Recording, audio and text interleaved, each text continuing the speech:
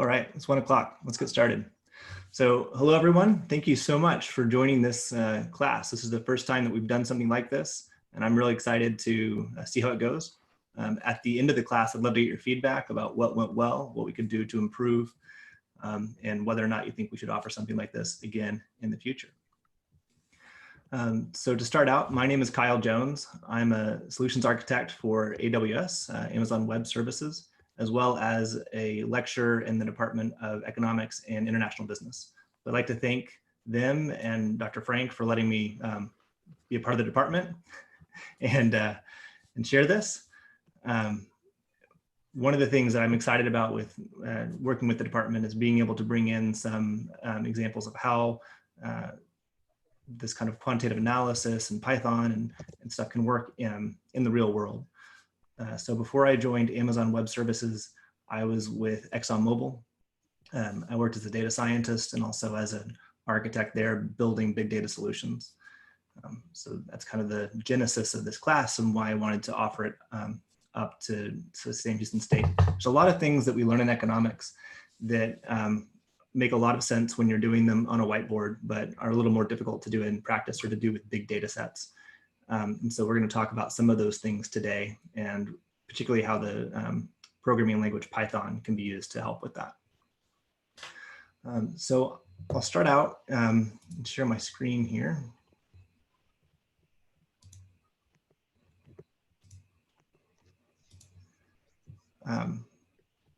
What we're going to go over today, we have a GitHub repo, so a repository of code. Oh, you're not seeing that. Okay. And it's a section of classes here that we're going to go through over the course of the next couple days. The way that it's going to kind of work in practice is that we're going to be using an environment from Amazon Web Services that Kevin's going to help get everyone set up with. Each person has their own environment where you can go in and you can execute all of the codes and commands as we go through the class. And that way you can kind of follow along. We're going to use one environment for the first 3 days. So anything you build there, you can save and you can come back tonight or anytime tomorrow and it will still be there for you. After Wednesday though, we're going to delete those accounts and you'll get new accounts for Thursday and Friday. So we'll kind of start fresh when we're on those more advanced discussion topics. So if you build anything that you like to save, you'll need to pull it out of your environment before then, or you'll lose it. We're going to mainly be working in a thing here called the Jupyter Notebook. This is just a way of doing Python code as well as some other languages like R and Julia.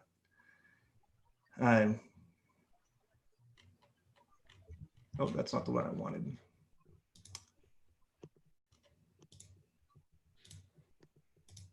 Right. So everything we're going to go through today, for the next 5 days, you'll be able to do in this environment that we're going to give you.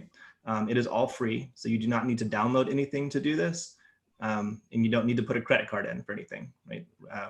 It's just a way for you to get in and use it and experiment. It is a sandbox environment, so there are lots of things you can do with Amazon Web Services, and you will not be able to do all of them. You'll be able to go and work here in these notebooks. Hey, Kyle. Yes.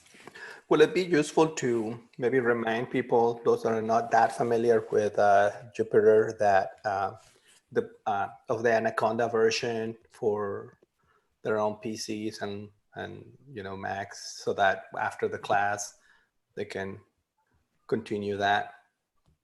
Yeah, sure. So there's thanks, Fidel. Lots of ways that you can run Python code. You can run it on like the command line interface on your computer, but as Fidel mentioned, there's also distributions like Anaconda or PyCharm. There's some other places that you can get access to Jupyter Notebooks, and they will look the exact same way and they'll work the same way, except they'll run on your local computer instead of working in the cloud. So I'll share some links for those as well.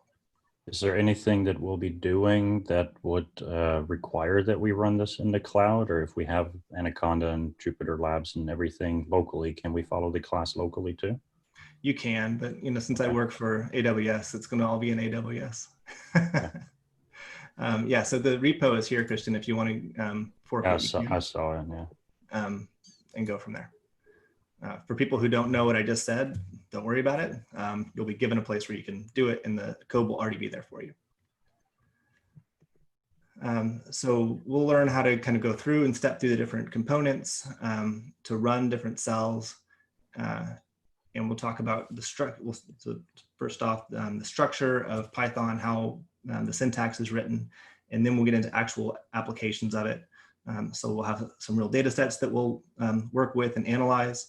We'll cover some topics like linear regression. This class will not be about how to do linear regression. This is not a replacement for BANA 3363, but it will kind of show how those types of mathematical functions can be done in Python, as well as some nice looking visualizations that we can do. All right. And so just for this first part, as I said, my name is Kyle Jones. I've got a background in economics. I did applied economics for undergrad and grad school. And then I finished a doctorate in systems engineering. I worked for the federal government and then as an economist and then for ExxonMobil in a variety of different roles, finishing up in data science and architecture role. And I switched over to Amazon Web Services about 6 months ago. I'm really excited to be with Amazon Web Services. It's a really fun place to be and lots of fun things that we get to use and play with. And so this class that you're going to experience is something that we've been working on for a while. It started with a class that was developed just internally for employees of Amazon. And we're also looking at how we might be able to use these for some of the customers that we work with. So Kevin and I are both part of the group that supports big oil and gas companies. So we were both actually on the account that supports real batch stuff. So you might see some things about that. I'll pass it over to Kevin, who's going to co-present and co-lead this project with me. Yeah, thanks, Kyle. So I'm not sure if everybody can see the chat, but I posted 2 things in there. The first is going to be an Excel spreadsheet with all of your names and a link. And the second is that Anaconda environment that Kyle was talking about earlier. If you want to, after this this workshop finishes this week, if you want to replicate what you've seen in the course, or if you just want to play around with things on your own in Python, you can use Anaconda to launch and replicate what we do. So we'll go ahead and show you that at the end. But for now, just open up that first Excel sheet. And you'll see your name, hopefully, and you'll see a link. So just go ahead and click that link. And it should take you to a dashboard. So let me know if anybody is having issues or can't see it. And it should say event has not started yet. I'm super lost, Kevin. What do I need to open here? From the email that you guys sent? No, so in the chat window, there's a Pi5 participant hashed Excel sheet. Got it. And they should have a list of all the participants, a hash, and a link following that hash. Okay. So if you can go ahead and just open that link. Does it matter if it's in Safari or Chrome? Not particularly. Okay.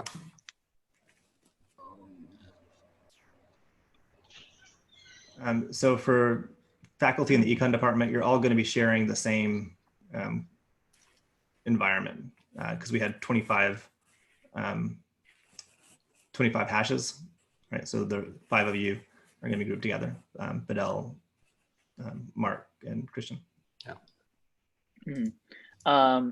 So if you want to, you can also fork the or clone the repository from the GitHub link if you want to replicate it in your own environment and just not share it with anybody.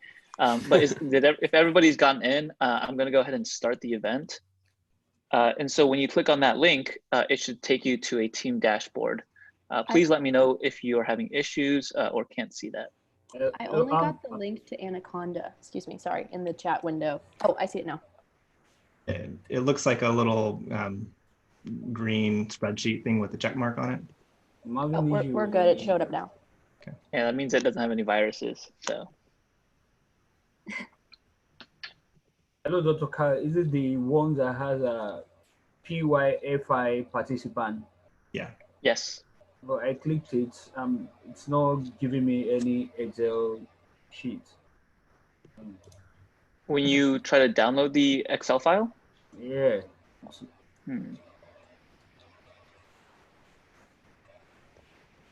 I can always email this out to everybody if this doesn't work.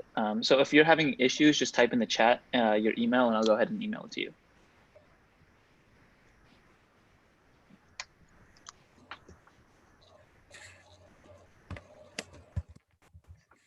Oh, that's not good.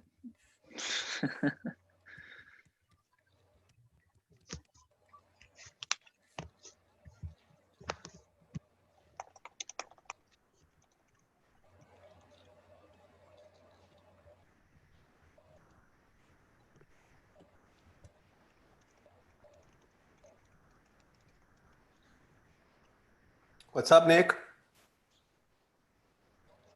Hello, Dr. G. So for the link, it wouldn't let me hyperlink it, but that's how it should look like. So you're gonna have to actually Control-C or copy the cell and then just paste it into your web browser manually. You'll come to this page first. Actually, you won't because the hash is already pre-baked into the URL. But if you're having issues with that, there's a link at the bottom of that Excel sheet that should have just a link that you can click open. If you paste the hash associated with your name into the input field on that resulting web page, it should take you to the same dashboard. And I'm working on the people who posted in the Excel in the chat room right now.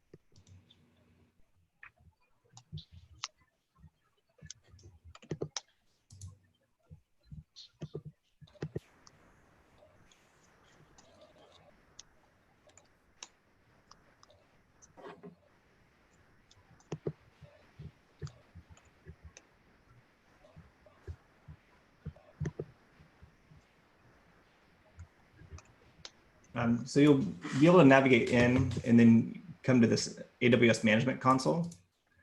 This lists all the different things that you can do within AWS. And we're going to use a tool called SageMaker. Right. If you click on that,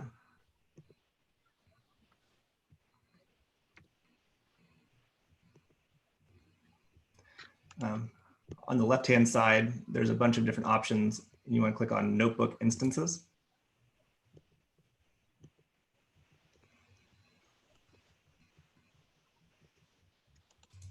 And this is kind of warming up, getting ready.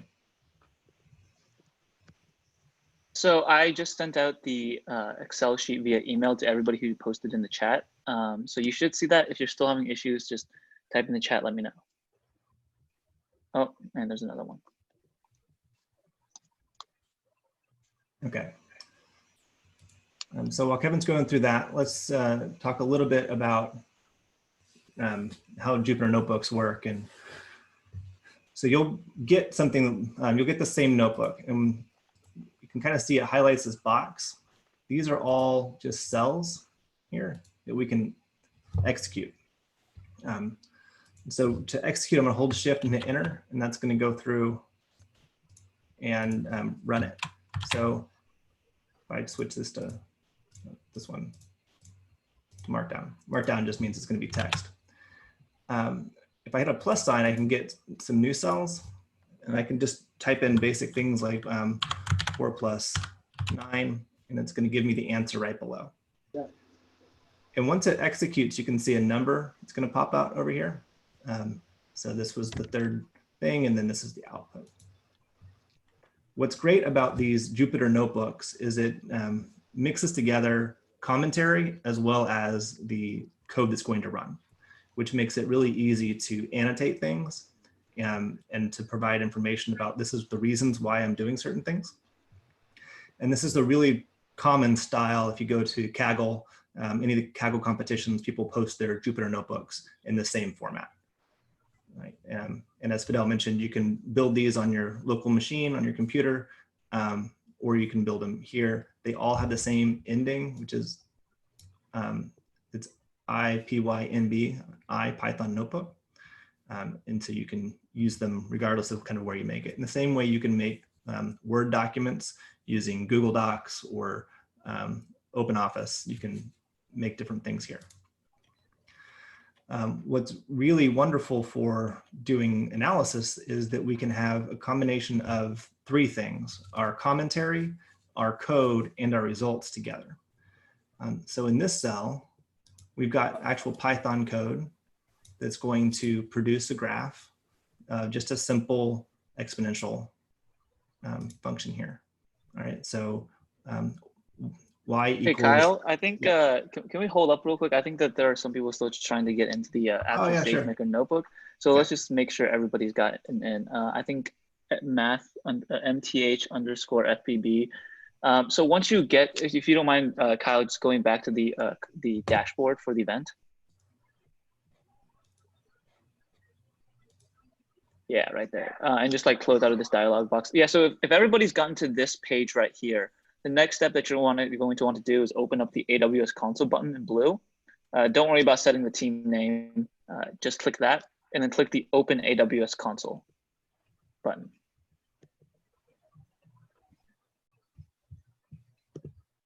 And this will take you to the page that Kyle was talking about earlier. Is anybody having any issues?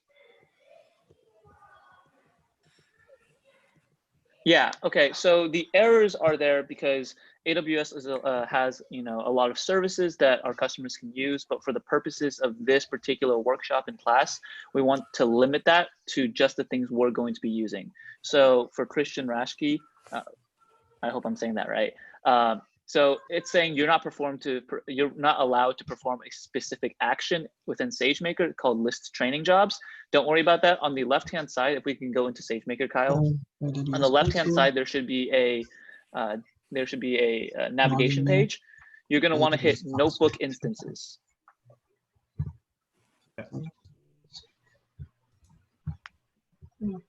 So once you get to notebook instances, this is what you can actually use and access. Yeah. And there should be a link on the left-hand side that says Open Jupyter, and you click that.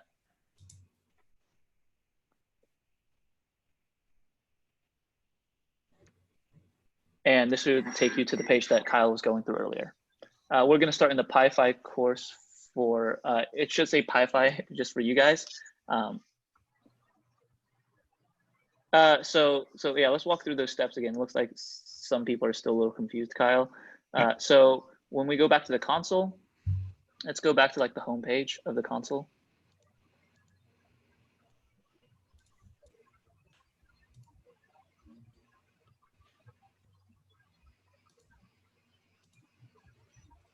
Yeah, so, oh, okay, yeah, there we go. Looks like Matthew got it. So for all of you who need a little reminder, like just one more time, you type in SageMaker under Find Services. So instead of the quick link layout, type in SageMaker, should say Build, Train Machine Learning Models. Then once you get to these access denied exceptions, you should see a navigation pane on your left-hand side and find the one that says Notebook Instances, click that. And then that'll take you to your instance, and then just click Open Jupyter Notebook. Okay. Perfect. And just open PyPhi course for Shell. For you all, it might say something different. It might say something along the lines of Python for Finance. Just click that and you should be presented with this page right here. Please, if anybody has not gotten to this step, let me know in the chat window.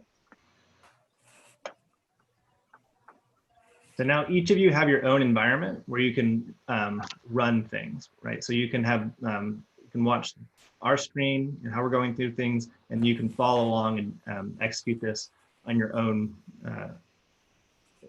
own web browser. Okay. All right. How are you doing, Kevin? All right.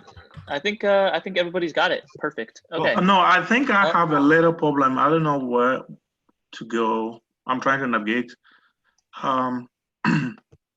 You can't find your name in the Excel sheet? No, I did find my name and I went through and I got to the page where it says AWS Management Console. Yep. So what will be the next step from there?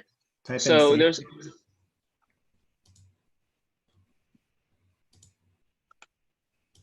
right? Yeah. In the find services, Okay.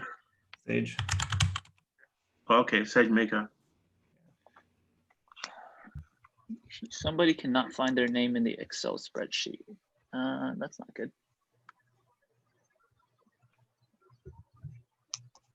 Then Jupyter Notebook, and then you open. Okay. Great. Yeah. Hey, Kyle, if you want to keep going through that original, like the original notebook, I need to help somebody with an issue that Okay. they're having. Perfect. All right. So now that we're all in a notebook, you can hold down Shift and hit Enter to execute kind of down the cells. And you can, if you come down to this one that has the Python code, if you hit Shift Enter, it's going to go ahead and make that plot for us. And we can immediately get our results. We can also change it really easily. So if you look here, it says color red. So if I change this to blue, it's going to do the same chart, but make it blue. And I can also do gray, black, right? So that interactivity is what really separates the Jupyter notebooks from other ways of doing your Python code. It's really nice to have that immediate feedback. So you can also change things here. So this is set up to do x squared, right? That code's right here. X asterisk asterisk 2. So the double asterisk is the exponent. So I can change this to 3. And so this is now x to the 3rd. And we can do it 4th. Very easily change it. And you'll see in the commentary that we have below, it talks about some other ways that you might change this code. And so part of the way that this class works is that we're going to give you these templates that you can read through and see how we've done. And we have worked examples of everything. So we have an example of something and how it's solved. But it's all designed as well for you to come back and change it. So for example, it says maybe instead of doing x squared, we take the sine of x. I'm just going to copy this, paste it here.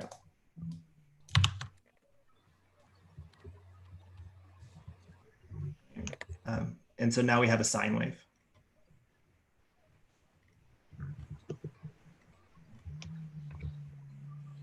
So that's a pretty basic concept of how we can make a simple graph and some really straightforward things. We just basically do a math equation to do this. This next one's far more advanced, and I'm not expecting people to understand this at first. This is kind of what we're going to work up to. Just wanted to show you an example of more like a final product, and then we'll stop and go more step by step on how something like this is made. So as I mentioned, Kevin and I work in the oil and gas space, and one of the most common problems that you face in doing reservoir engineering is estimating how much oil is in the ground that can be recovered. And that follows a specific decline curve. So as you produce oil, the amount of oil you produce over time is going to decrease. And there's a function for that called decline curve analysis, and uses an equation called ARPS. So what this information here does is actually create that function and execute it against real data. So the blue is actual production volume data from a field in North Dakota. And the orange is the predicted hyperbolic decline curve. So it's a little overwhelming at first, but the concept here is what we've done in this cell is what reservoir engineers spend weeks doing. So there's a lot we can condense down and do some very high-powered mathematics using very straightforward code. So this was done using oil, and you can see here this option, we can change it to gas. So if we don't want to use oil, we can just type in gas, and it's going to render the exact same equation, but instead of using the data for oil, it's going to use, it's supposed to use the data from gas. And maybe that file didn't pull through correctly. So we'll fix that. All right. Let's go on now to the next notebook called PyPhi 1, Python Basics.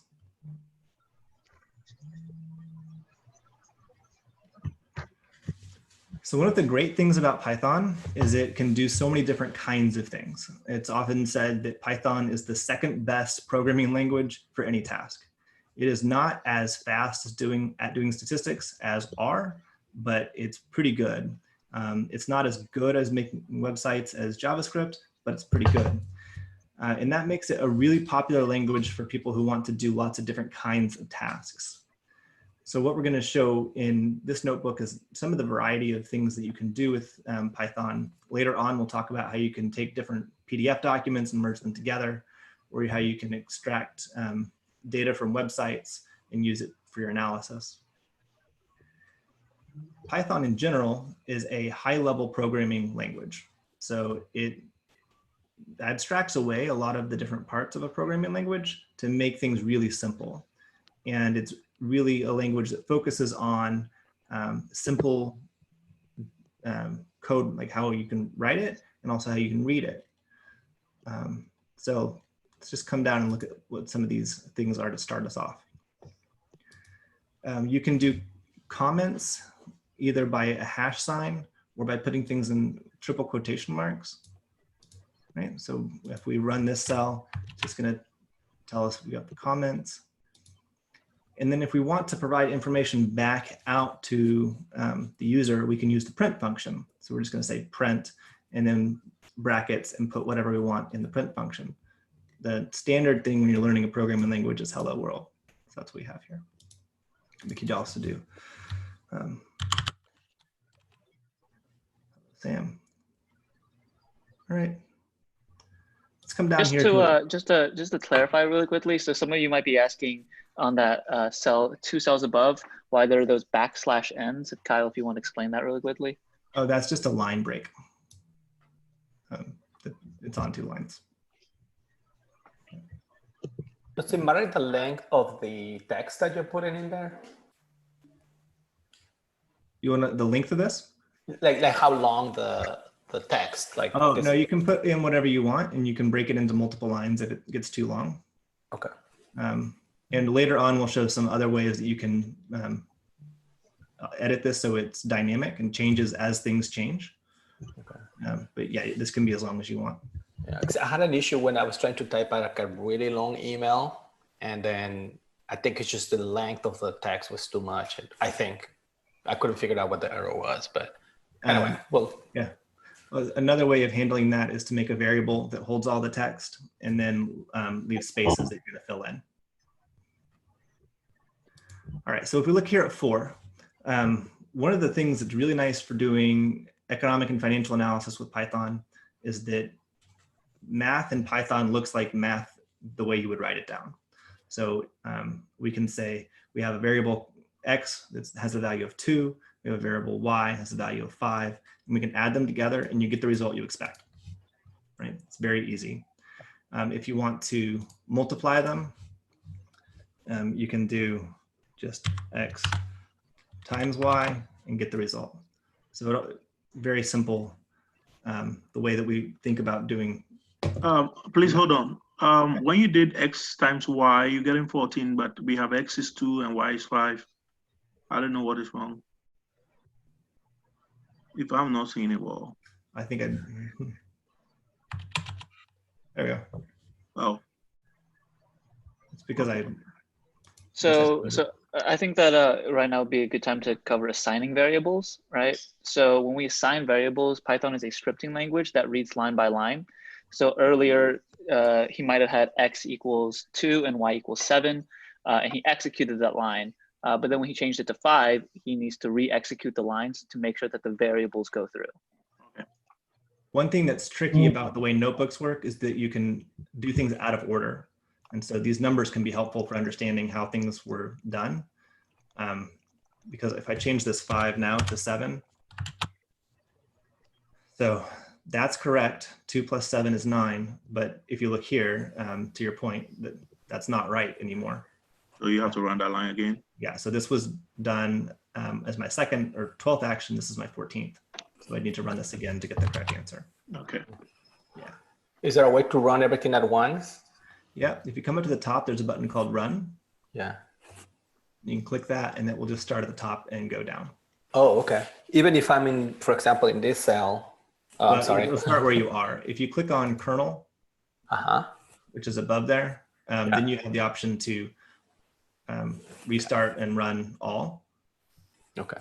So if you want to get rid of the answers that might be there already, you can hit the restart clear output and then start from the beginning again. Thank you. Yeah. So one of the things that you don't have to worry about in Excel is what type of data is in a cell. So when you're using Excel, you can have A1 can be equal to 5 or 5.1 or hot dogs. You can type whatever you want in there. And Python has a little bit of that same function. But every time Python sees an assignment for a variable, it's going to put it into a data type. And the major ones that we'll be talking about here are integer, which is a whole number, a float, which is a number that has a decimal after it, or a string, which is a character or many characters together. Right? So a sentence is a string. So we can see here that the number 5 is class integer and 5.0 is class float. For most of the analysis that we'll be doing, Python's going to do this for us and we won't need to worry about it. But there are times when this can be important. Yeah, so think of integers as whole numbers and floats as if you need decimal points. Yeah. So we can assign things to variables. So we can have a equal 9, and then we can say, you know, what a is 9. We can change it to a equals hello world.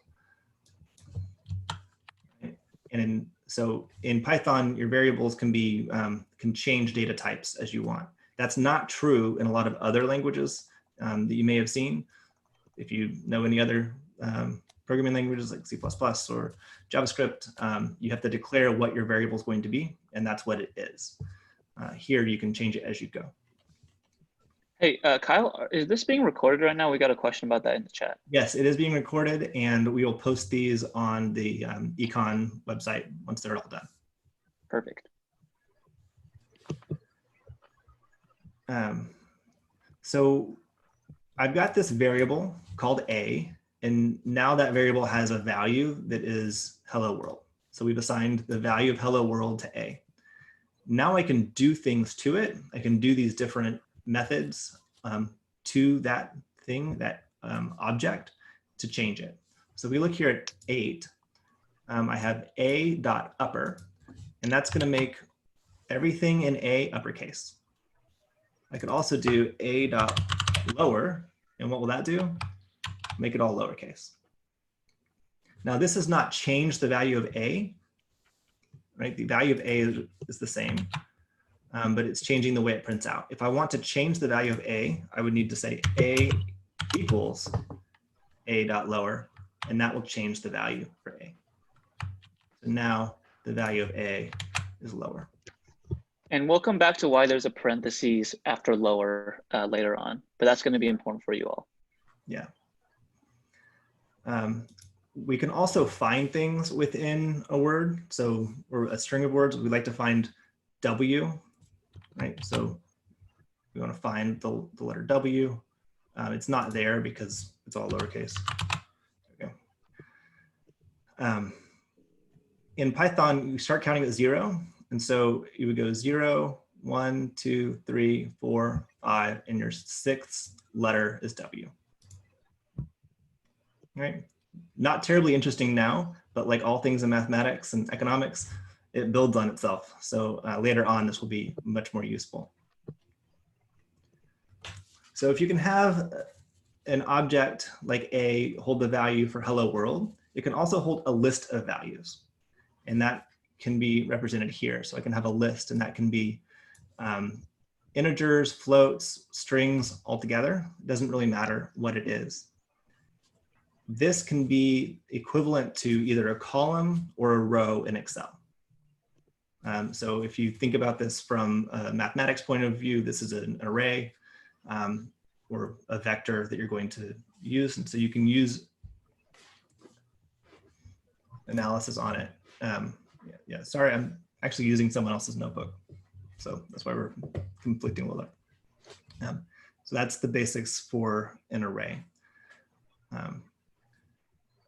Within this, we can find objects. So we want to find the 10th object in the list. Remember, we start at 0. So the 10th object would be 0, 1, 2, 3, 4, 5, 6, 7, 8, 9. So the number's 99. So the list doesn't care if it's got what it has in it. It can hold lots of different kinds of things. In the same way that if you have a column of values in Excel, your column can have different types of values. So it can have a numerical value or a character value. You can manipulate strings. You can take or lists. You can take just certain parts of them. You can also see how many objects are in it. A lot of different functions that we can do on our list. Right. There are spots in here for you to try. So there's questions and areas where you can type in your own code and try and see how it works. All right, I'm gonna keep going. The next big type of concept is something called a dictionary.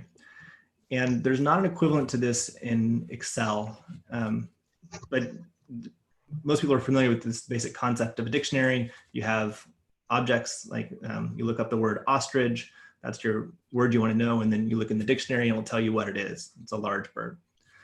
The same thing functioned here. I can have my key, which is going to be Canada, and my value is the nomenclature for the currency. And why this is useful is we can store things in this that we might want to come back to, and we can then access it on a condition. So if we're working with foreign exchange, we can set these up to be our different forex, and then we can say, oh, well, for each value, I want you to take it, and then based on where we're from, multiply it by the correct exchange rate. Right? And that says, oh, we're in Canada, so we're going to multiply it by the specific Canadian exchange rate. We're in the UK, we'll multiply it by the UK exchange rate.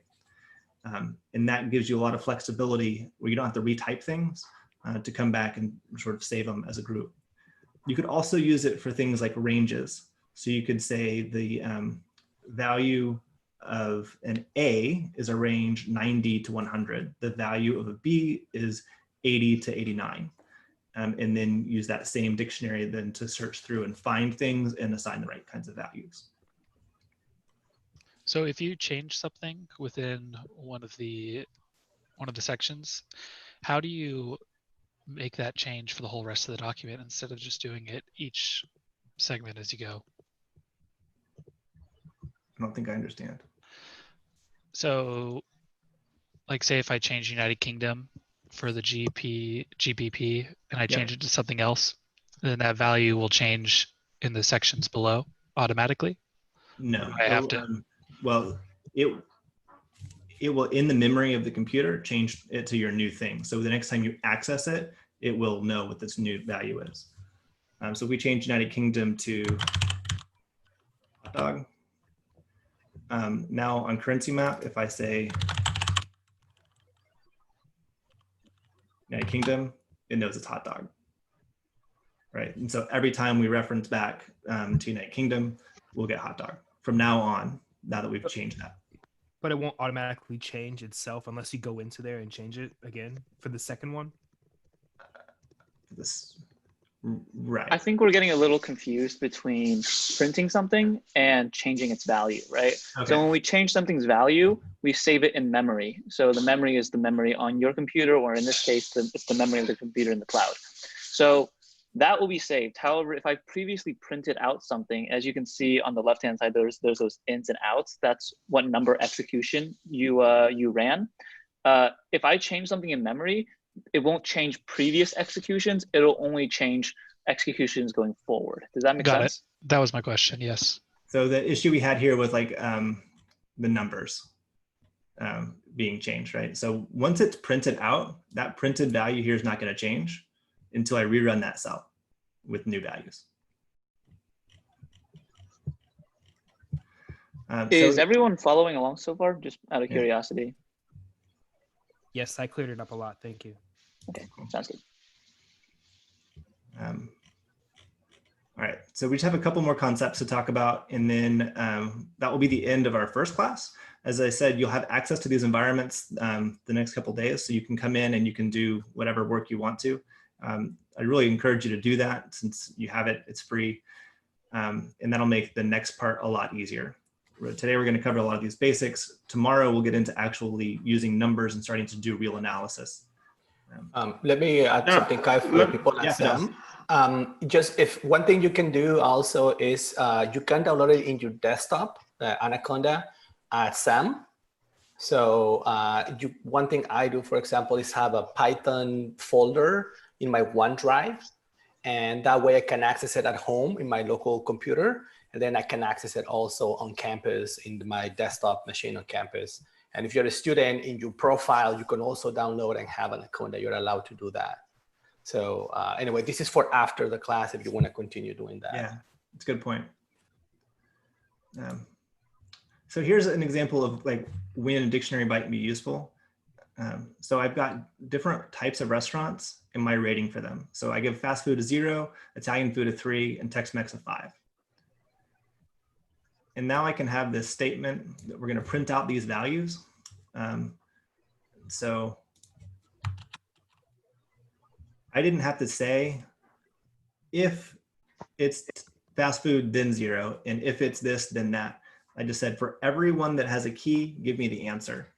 And so it can print out this in a nice, easy way without repeating myself. I give Italian food a rating of 3. So that 4 is actually creating something that we call a loop, and it looks like we're going to be going into control flow soon. But just know that that 4 means we're iterating through every single object in that dictionary. Yeah. Yeah. So in Python, like all programming languages, you have this option to do loops, which will continue until either you go through all the items in a list or until some type of condition is met. So we can go until we've exhausted the end of the list, or we can go until a certain value exceeds a threshold. There's lots of different ways to do it. This is an example of exceeding a threshold. Well, that's not actually, this is a conditional. So if X is less than or greater than 10, then do this. So if we run this, it's bigger than 10, so we get this hello. If we make it less than 10, this one is no longer true. It's not, so it goes on to our else statement. And you'll see these more like when we actually start to use them in the analysis. Conscious of time here. These last ones are more advanced, and we don't need to actually, I think, go through much of it today. But there are some other formats that we can do to make lists and to do computation in a really concise way. And the last thing is we can create functions to do work for us. So if we have a common task that we're going to do over and over again, rather than doing it individually, we can just create a function that's going to do something. So we say def for defining a function, give it a name, and tell it what to do. And so now when we use this function, it's going to give us what we asked for. So if everybody notes the parentheses at the end, you know, another place that you might see the parentheses is where we had the lower earlier against the string. So these parentheses actually define and tell us that this is a function, and it actually tells us what parameters we can pass into the function. So for example, if I had a list and I wanted to call that function on every object in the list, I could theoretically say, hey, for this object, pass in this parameter and then do XYZ with it within the function. Yeah. For example, right here on 28, we're going to have a function called times, and it's going to take 2 values, an X and a Y, It's going to multiply them together and give you the result. So if I want to use this, I can say times, and then let's say 99 and that number, and it's going to give me the answer. Right, so it took these values and then multiplied them and gave me the result. If we do the same thing, we could make this division, we could make it exponent, and it functions the same way. So when you saw that hyperbolic curve that I did earlier, I defined a function on how that curve is calculated, and then you called the function. So it said, hey, this is the formula that we need to do the math. This is what it looks like. And now when we're going to use it, I just have to say, here are my values for X, Y, Z, go into the function and give me the result. So all the kind of heavy lifting that we do in economics to fill in equations, this is a way that you can simplify all that. Right. So when we created our function, we said we needed to have an X and a Y. If you don't have an X and a Y, it's not going to work. And so a common problem that you'll encounter in getting started with Python is that you get these errors. And what's nice is it will tell you in this last line what is happening. So it says the function times is missing 2 required positional arguments. So it's missing an X and a Y. Because we said, do this multiplication problem, but we didn't tell it what to multiply. And so the computer is giving you the error, I don't know what to do. And now we can see that and we can say, oh, well, actually what I want to do.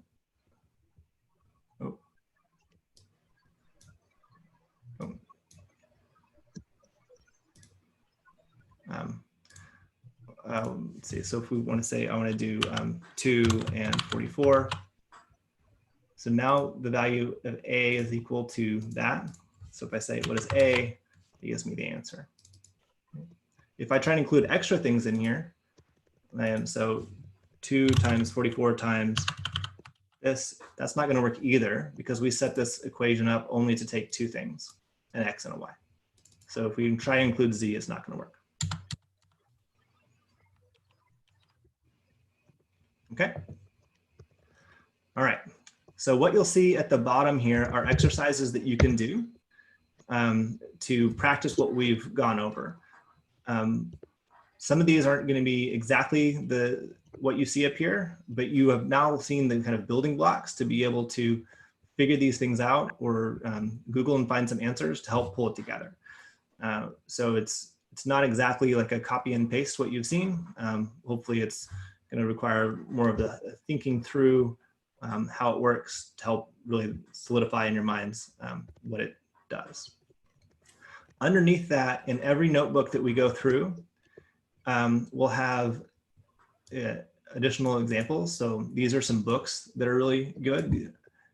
Here are some additional tutorials that are relevant to this topic that you can use, right? They're all available to you. Okay.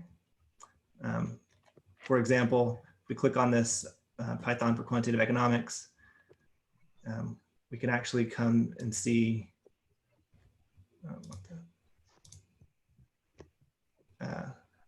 their version of very similar things. So let's look at, you'll see this is also a Jupyter notebook. It's organized the same way that what we're doing, right?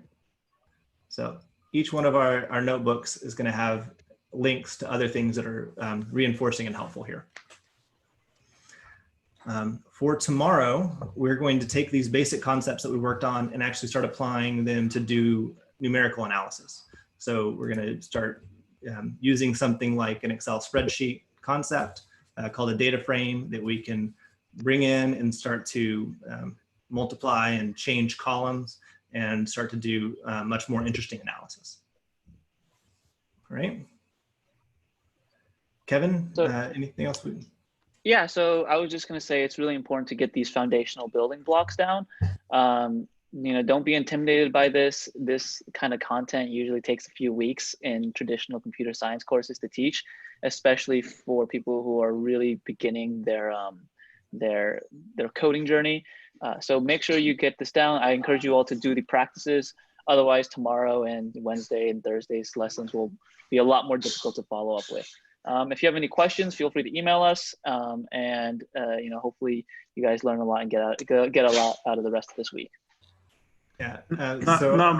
Before you go, I just want you to clarify something for me in terms of how to use the brackets.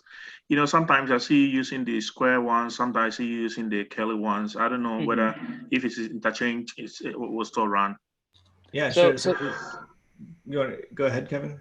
Yeah, so the brackets, they have different meanings. So the square ones that we see, so if we can get an example of a square set of brackets.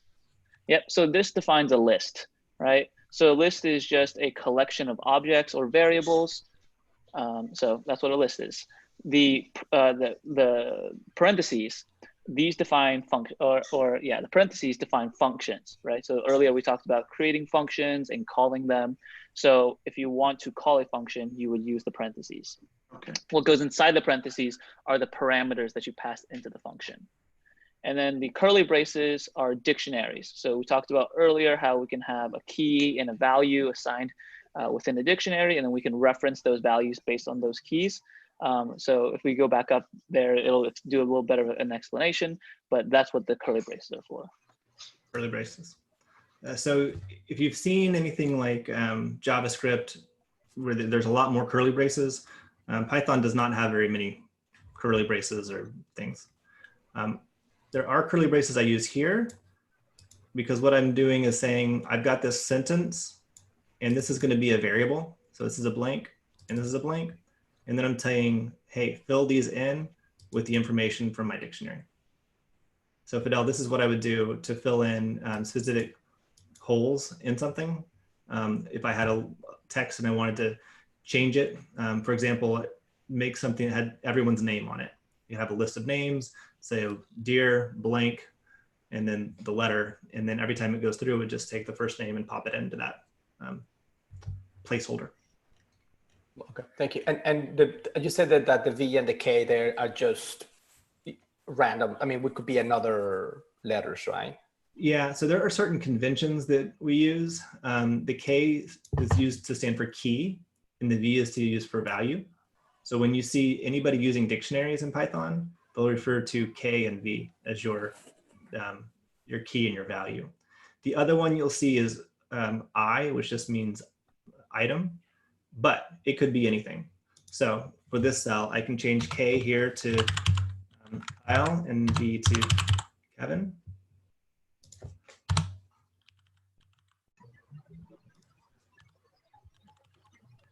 And it's going to work the same way. It doesn't care what you use, but there are a couple of conventions that you'll see really common, which helps other people understand and read your code more clearly. Yeah, that was confusing for me when I got started too. Like, where does this K and V come from? They're just numbers. In the same way that we have standard numbers that we'll talk about, like alpha and epsilon, that we know what those generally mean. So if you have a t-stat and you're referring to a p-value, we all know what that means. If you called it something else, like a d-value, then we wouldn't really get it. But if you call it a p-value, we know what that means. That's the basic convention. So the single quote and the double quote also does the same thing, right? They are the same thing. It does not matter. Okay. Yeah. You just need to make sure you're consistent with them. So you can't have a single quote and then a double quote surrounding a string. Yeah. Okay. So whatever you start with, you have to end with. Okay. So it doesn't matter. I tend to use single quotes. You can see even like in the way I wrote this, I use single quote here and double quote here. The official style guide for Python says double quotes are better because they're easier to read and they work with parentheses or like apostrophes, but single quotes are a lot easier to read for me. If you go on to other languages like Julia, then it absolutely makes a difference. So that's a Python thing. But if you get so inspired by this, you want to learn Julia, then you'll need to know they're different. So fun fact, the name Jupyter comes from Julia, Python, and R concatenated into Jupyter. So that's where the name for Jupyter Notebooks comes from. If you never heard of Julia, it's just another data science language.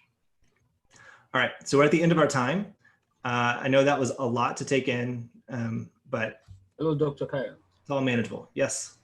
Sorry, I complained earlier to him that my name is not on the Excel file. I don't know why. So, but he sent me a link and a password, so I was able to access it. But it was rather late, so I'm going to try to reproduce all that you have done today. Another thing I want to ask is, can we get a PDF file of what you taught today, so that one can print it out, so that when you're doing it, you'll be able to see it by your side? I don't know. Sure. So I'll just mention, you can print these a couple ways. You go to File, you can download it, and you can download it in a bunch of different formats. One of them is a PDF, and it will generate a PDF document for you. Those are available when it works. But the code is also all online, so it's available to you that way. Yeah, if there's anybody who has issues that are unique to you, we can wrap up here and then stay on the line, and we'll deal with any things like problems with getting connected or something with your environment. Other than that, I'll see the rest of you tomorrow. Thanks for coming, and thanks for being a part of this with us. Thank you so much.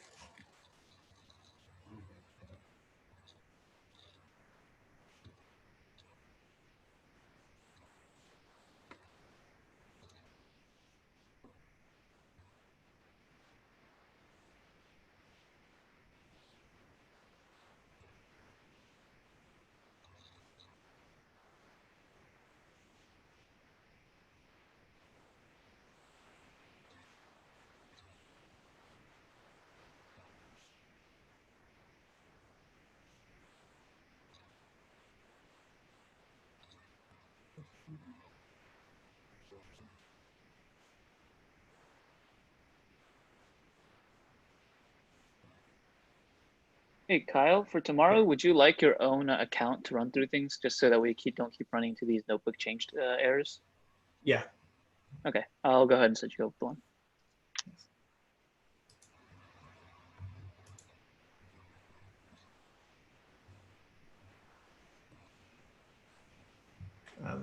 We'll do a concert later. Hello, Dr. Kyle. Yes. Yeah, I'm trying to perform what you did just now to save the file, but I went to File, then Save As, but it's not giving me the option to save it as a PDF or something. So I don't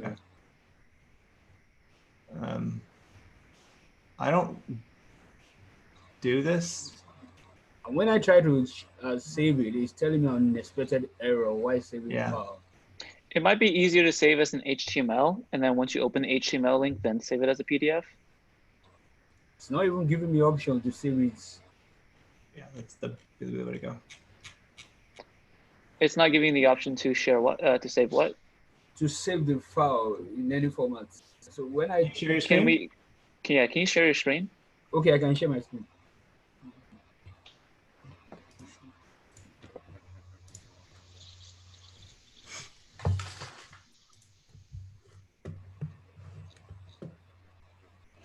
So you have to enable us to share the screen.